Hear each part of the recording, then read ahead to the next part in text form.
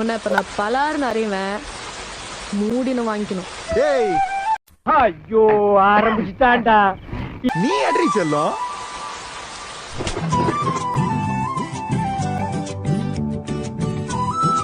இதை இம்சை இனிமே தாங்க முடியாதப்பா. திறமைக்கு தான் வேல்யூ. நான் பண்றதுல அவ்வளவு நடிப்பு இருக்குமா? என்னென்ன சொல்றோம் பாருங்க, கம்பி கட்டுற கதையெல்லாம் எடுத்து போடுறாங்க. இப்போ ரொமான்டிக் சாங்ஸே பண்றேன்னா அதுல வந்து மக்கள் வந்து அதை ரசிக்கிறாங்கம்மா.